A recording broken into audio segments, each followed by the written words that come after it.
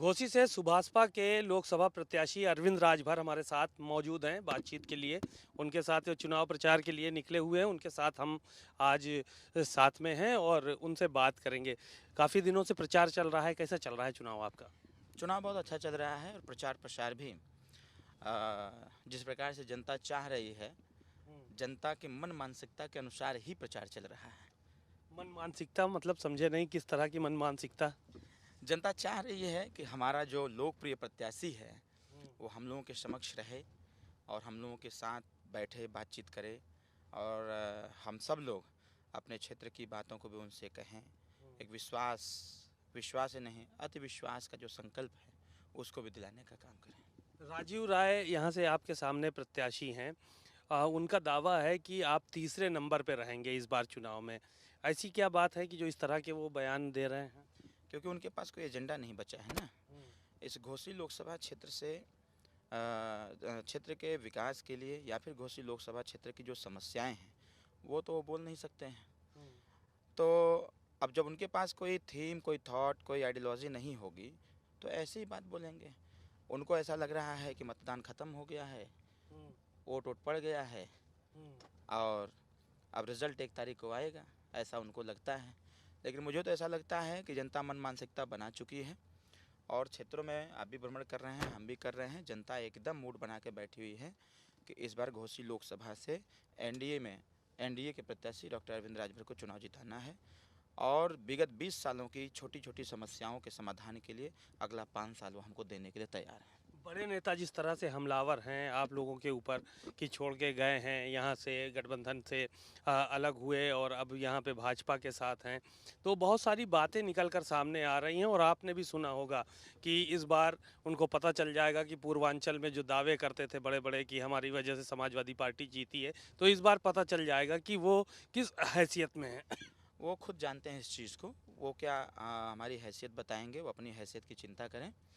और Suhel Dev Bharatiya Samaj party ground level पर काम करती है और ग्राउंड लेवल पर ही काम करके यहाँ तक पहुँची हुई है। तो सही बात है, इस बार उनकी भी हैसियत समझ में आ जाएगी। शायद इसीलिए इन लोगों के इसी वक्तव्य की वजह से इनके कार्यक्रम में खूब जूता लात हो रहा है। अभी हमारे इसी घोसी लोकसभा में आता, अरे वोट मांगिए ना, धमकी दे रहे हैं मन से खड़ा होकर के। चाचा जी खड़ा होकर धमकी दे रहे हैं कि 1 तारीख के बाद देखेंगे इन लोगों को, ये है तो वो है। अरे सरकार है, जनता ने सरकार का चयन किया है और सरकार में मंत्री हैं हमारे नेताजी। यहाँ कई मंत्री, 3-3 मंत्री हैं यहाँ पर। और जब जनता कार्यों से संतुष्ट है, जनता काम को मोदी जी के 10 साल के काम को लेकर के अगर आश्वस्त है कि नहीं आगे भी अगर अवसर देंगे तो और इससे अच्छा काम होगा।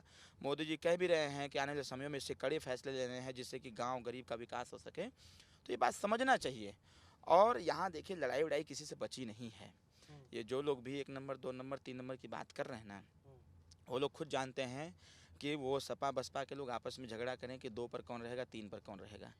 जनता विकास के मुद्दे पर वो जान रही है कि मोदी जी देश का कल्याण कर रहे हैं, योगी जी कर रहे हैं। और घोसी लोकसभा जो थोड़ा सा उससे पीछे है विकास की रफ्तार में, अगर यहाँ पर एनडीए परिवार का प्रत्याशी जीतेगा तो विकास की रफ्तार देश की रफ्तार के साथ चल सकता है। नहीं, और आप बात कर रहे थे, अच्छा ये जो घोसी का उपचुनाव हुआ था यहाँ विधानसभा का, उस चुनाव में और इस चुनाव में कितना अंतर देख पा रहे हैं? क्योंकि जीत का कहीं ना कहीं दावा तो उस चुनाव में भी किया जा रहा था। शायद उसी घोसी के उपचुनाव को ही लेकर के विपक्ष के लोग इस प्रकार से अस्वस्थ होंगे। लेकिन वो मैं तो कहूँगा अगर वो लीडर हैं, मैंने लीडर बोला है, अगर वो लीडर हैं, लोडर नहीं, अगर लीडर होंगे तो लीडर के तौर पर उस चुनाव की समीक्षा कर रहे होंगे। और इतना घनघोर विरोध होने के बावजूद हमने 82,000 वोट हासिल किया। मैं बस एक बात कहना चाहता हूं, अगर बीएसपी का प्रत्याशी वहां चुनाव लड़ गया होता तो मैं 100% जो मेरी समीक्षा है ग्राउंड लेवल की, बूथ लेवल की, अगर बीएसपी कैंडिडेट चुनाव लड़ गया होता तो मेरा मानना था कि लाख विरोध के बाद भी हमारा प्रत्याशी चुनाव जीत जाता। इस बार लड़ रहा है घोसी में बसपा का प्रत्याशी। तभी तो कह रहा हूँ ना, सपा बसपा मिल करके यहाँ पर 5 लाख से ज़्यादा वोट पाए, 5,51,000 वोट पाए। और अकेले भारतीय जनता पार्टी यहाँ लड़ी थी, 4,91,000 वोट पाया। हम भी खड़े थे, आनंद फानंद में चुनाव लड़े, लगभग 40-42,000 वोट हम लोग भी हासिल किए। तो ये सपा बसपा आज अलग अलग चुनाव लड़ रहे हैं, यहाँ लड़ाई नाम की कोई चीज़ रह नहीं गई है। समस्त कम्युनिटी के लोग, समस्त समाज के लोग इस बार यहाँ से चुनाव निशान छड़ी का बटन दबाने के लिए तत्पर हैं, तैयार हैं और पूरी तन्मयता के साथ लगे हुए हैं। आप देख रहे हैं जिस प्रकार समर्थन प्राप्त हो रहा है, अभी भी बगल में देखा आपने। ऐसे ही मैं जिधर जाता हूँ, जिस भी क्षेत्र में जाता हूँ, अरे लोग 500, 700, 1000 लोग जुटते हैं। जहाँ बस मैं ऐसे मिलने चला जाता हूँ लोगों से, वहाँ 150, 200 लोग जुट जाते हैं। तो कहीं ना कहीं चुनाव यहाँ का बहुत अच्छा चल रहा है और इस बार जो संकल्प जनता ने लिया हुआ है अपने क्षेत्र के विकास का, उसी संकल्प को पूरा करने के लिए छड़ी का बटन 1 तारीख को दबाएंगे लोग। आपके राष्ट्रीय अध्यक्ष ने कहा राजीव राय को भी सेट कर लिया है, क्या ये कहाँ तक सच्चाई है? देखिए, सेट क्या करना है, सेट तो है ना। अरे भाई, सपा से प्रत्याशी वो हैं, बसपा से प्रत्याशी वो हैं, बाकी हम ये हैं। तो ये सब क्या होता है? ये सब तो वही प्रक्रिया है ना है।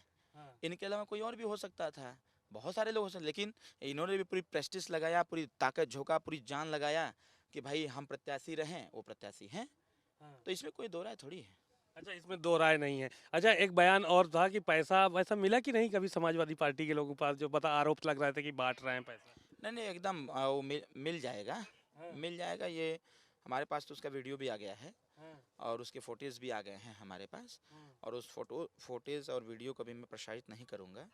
अभी मैं उसको निर्वाचन आयोग को प्रेषित किया हूं और पहले निर्वाचन आयोग इसकी पुष्टि कर लें और उसके बाद फिर इस पे हम एक्शन लेंगे। कार्यकर्ताओं का फायदा होगा कि नहीं, कहा कि लूट लेना पैसा मिल जाए तो।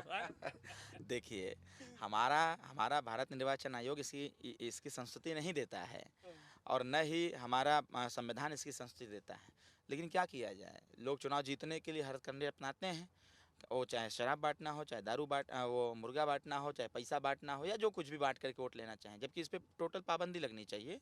लेकिन अब लोग चुनाव जीतने के नशे में ऐसा हो जाते हैं कि जनता को प्रलोभन देना चालू कर देते हैं।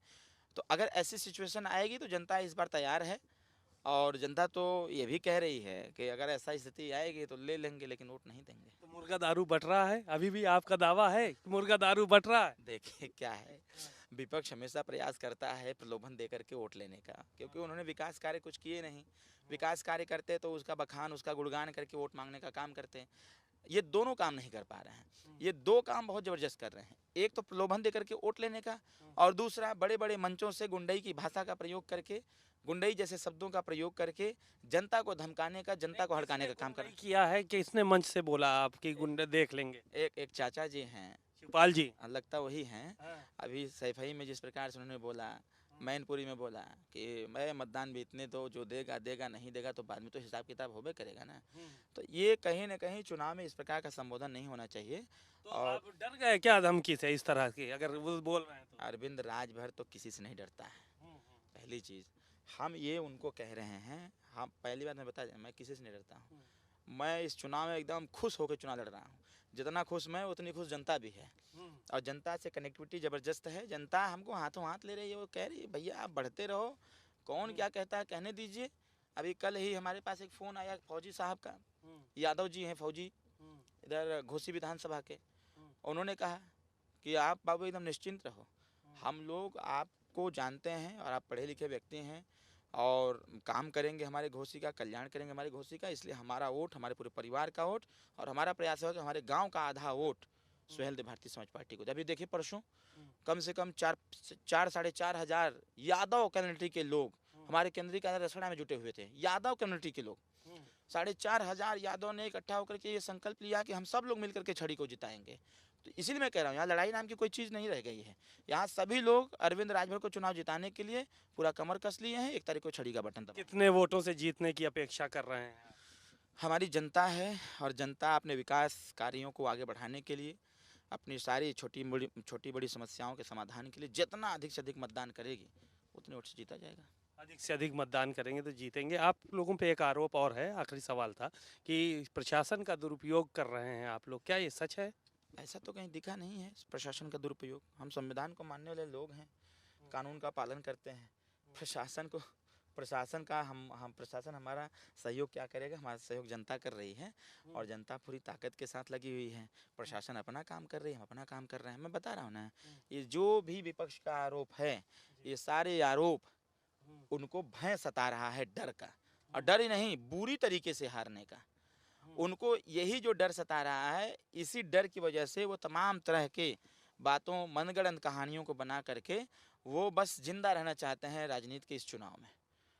वो जिंदा रहने के लिए ऐसे शब्दों का प्रयोग करते हैं, ऐसे स्टेटमेंट देते हैं कि जिससे कि अरविंद राजभर, ओम प्रकाश राजभर और मोदी जी का, योगी जी का और भाजपा का नाम लेकर के वो जिंदा रहे राजनीति में।